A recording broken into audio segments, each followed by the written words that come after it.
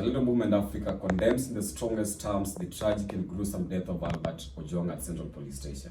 This unfortunate incident is deeply saddening and has understandably caused widespread concern and unrest across the nation. We acknowledge the swift action taken by the Kenya Police Service, resulting in the arrest of a suspect who has been taken to court and arraigned for the charges of murder. This decisive move demonstrates a commitment to accountability and the rule of law. We call upon all Kenyans, especially our youths and commercial activists or all activists concerned, to remain calm and refrain from any acts of violence or anarchy. Violence and destruction of property only serve to deepen social wounds, threaten lives, and undermine the stability we all seek. Wazalendo Movement Africa urges the youth, who are the backbone of our nation, to exercise restraint and seek peaceful avenues for expressing their concern. On the matter of the 2025-2026 financial national budget, recently presented by the Cabinet Secretary of Rebombadi, we as Wazalendo Movement Africa recognizes the effort to include and benefit the youth. We encourage young people to take full advantage of the opportunities embedded in the budget, especially those aimed at economic empowerment and innovation. In particular, we emphasize the importance of engaging in smart agriculture and climate action initiatives. These sectors present viable pathways for sustainable growth, environmental conservation, and improved livelihoods. The youth should seize these opportunities to drive Kenya's future towards resilience and prosperity. Regarding the calls for the resignation of the Deputy Inspector General, Mr. Eliud K. Lagat, CBS, OGW, HSC, we as Wazalendo Movement Africa firmly rejects demands for his resignation without substantiated evidence. Mr. Lagat has exhibited exemplary leadership and dedication to reforming and strengthening the Kenya Police Service. Rather than the resignations, what we need is accountability anchored in truth and justice. Mr. Lagat showed humility and utmost belief in the due process by launching a formal complaint. Let this due process go to the end uninterrupted so that the truth may come out clearly. Wazalendo Movement Africa stands for justice, peace, accountability, and responsible leadership. We urge all Kenyans to trust in due process and support law enforcement to carry out thorough investigations without bias or prejudice. Let us come together as a nation, uphold the rule of law, and work collectively towards a Kenya that is safe, just, and prosperous for all. We are Wazalendo Movement Africa, striving to green Africa.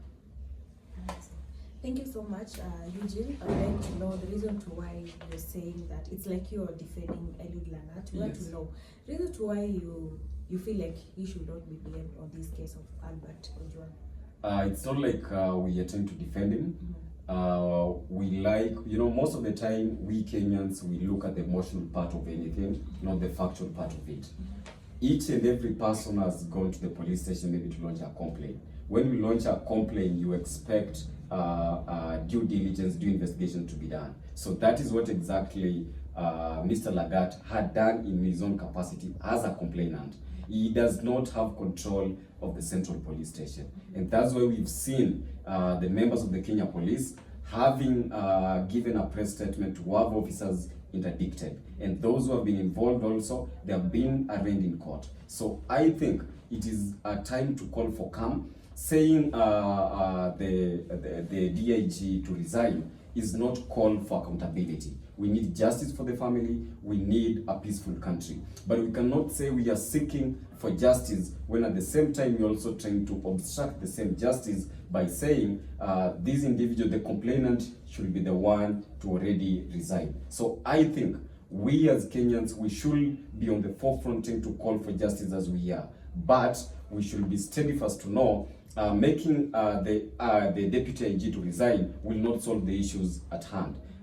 If you look at it, the DCI has also given reasons why he does not feel like the DIG was involved in this matter, and everything points to Central Police Station. So as much as we want to look at the emotional part of it, yes, he was wrongly killed, and we are calling and demanding for justice. However, justice has to follow all due processes. So we are not saying that Mr. Lagat is innocent. All we are saying is let the government institutions do their due diligence without interference from external forces, by having people to organize demos to make sure the due diligence is not followed just for rushing decisions whereby Mr. Lagat has been told to resign, which is not a sustainable solution.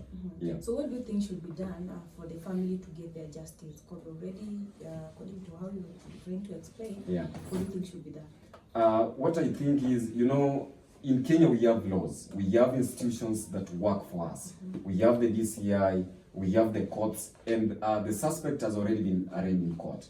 The only way all these, the family can get justice is if the case has been taken to court, which is already in court. Some people have been already charged with this matter. So it is just for us to be calm and wait for the due process that will be done in court. That is the only way. I can't say we can do an eye for an eye. It is only for us to be patient as a nation, as young people. Yes, we agree. This was untimely death of Albert Ojwang. However, we have to follow the laws of our country and embedded in our constitution 2010. Yeah.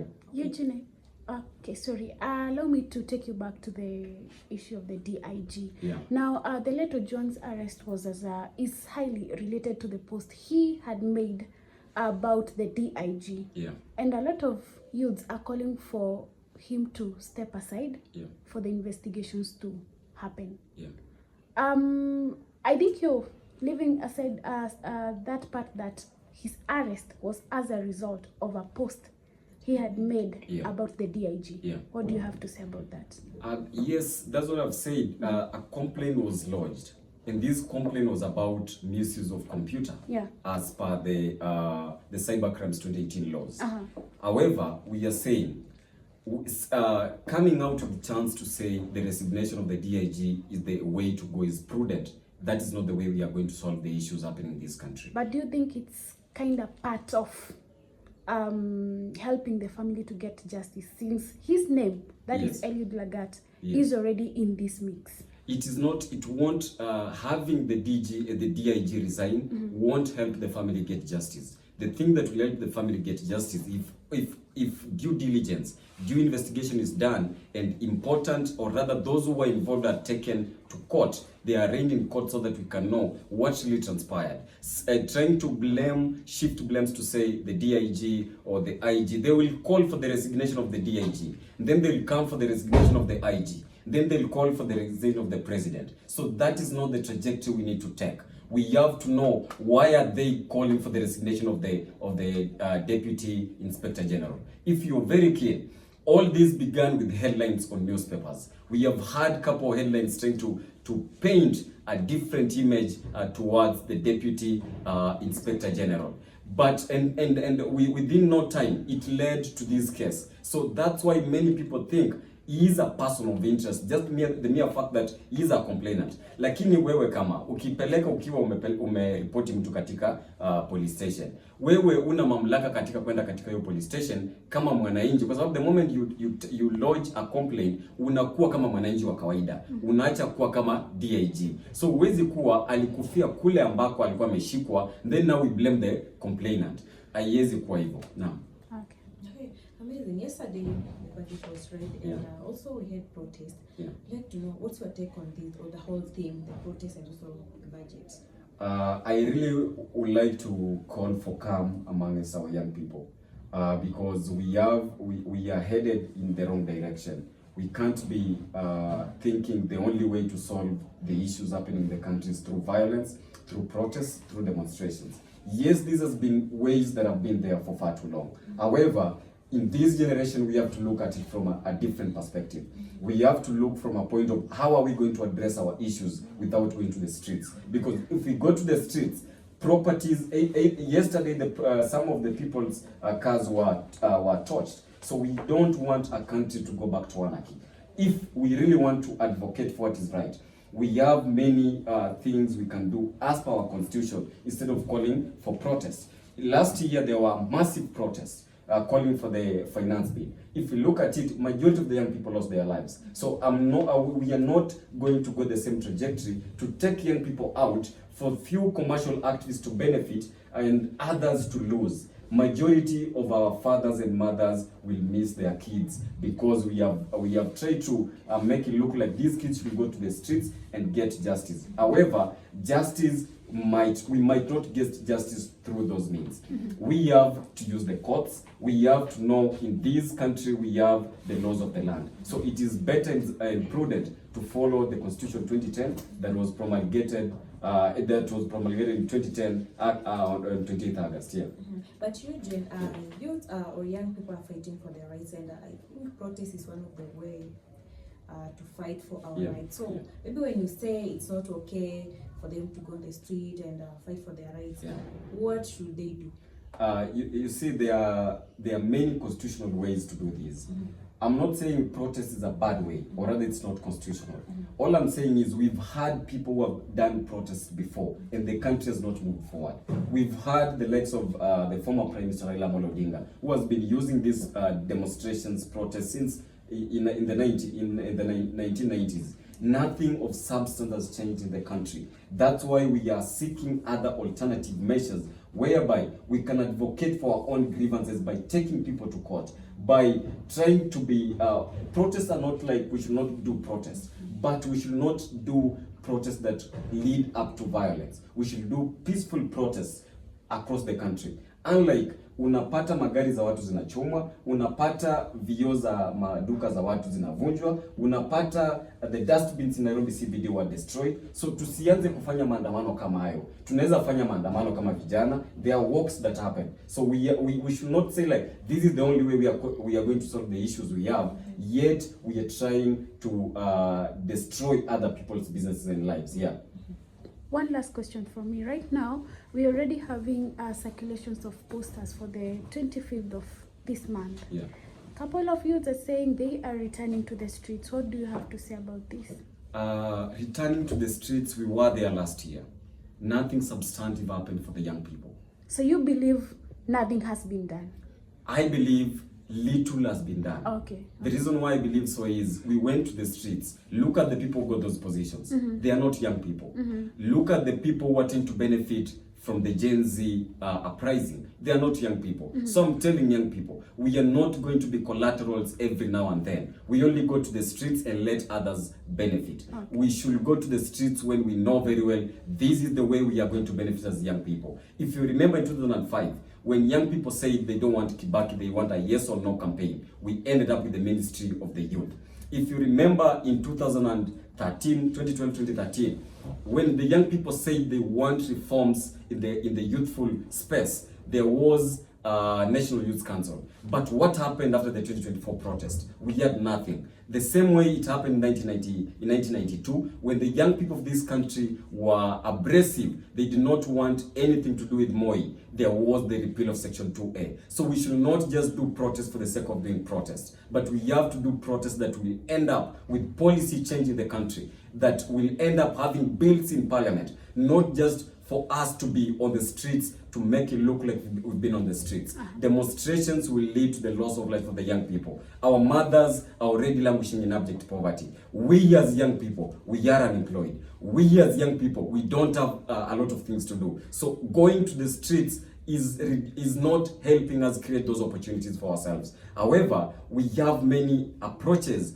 we can use to advocate for our grievances and rights for the young people and push for what is needed. For instance, the budget was read yesterday. More than 100 billion has been allocated for the young people, for the youth empowerment. How are we going to take advantage of these opportunities? There is money that has been allocated for Nyota.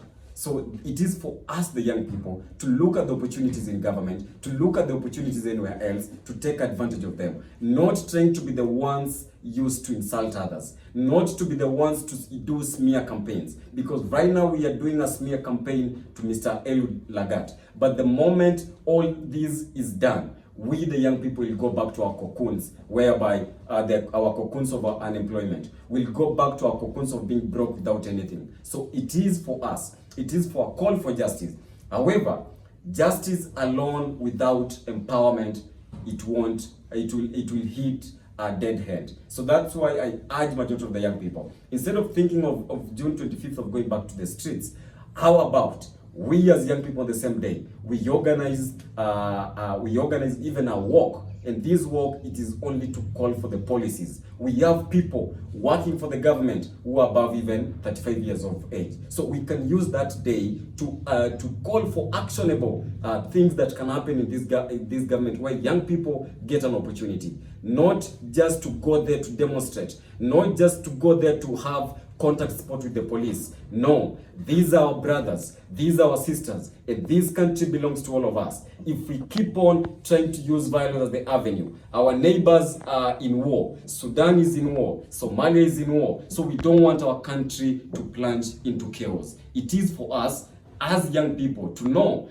without a proper delegation, without proper policies, we are not going to achieve what we all want. So we must criticize any other form of violence, because those who lose lives si watu wazee, ni sisi vijana tunapoteza maisha, na kwenda kwa njia kila saa tutaendelea kupoteza maisha na hao wazee wakiendelea kufaidika. So ningeomba sana vijana, hiyo tarehe wanasema itakuwa ni holiday, tusijitokeze kuleta vurugu, tusijitokeze kuleta maandamano. Maandamano haijabadilisha maisha yetu kama vijana. Maandamano imekuwa ikitumika, lakini sisi kama vijana hatujafaidika. Njia za kufaidika ni kwamba bajeti imesomwa. Tuangalie kuna nini ya vijana katika hiyo bajeti. Tuangalie kuna maofisi gani ya serikali ambayo watu ambao wako katika hizo maofisi ni wazee. Ukiangalia the State Department of the Youth, watu wangapi wakapo ambao ni vijana? Haiwezi kuwa this is the State Department of the Young People, yetu watu wakapo ni wazee. So ningeomba sana vijana, we will be programmed to follow things that will not solve the unemployment menace.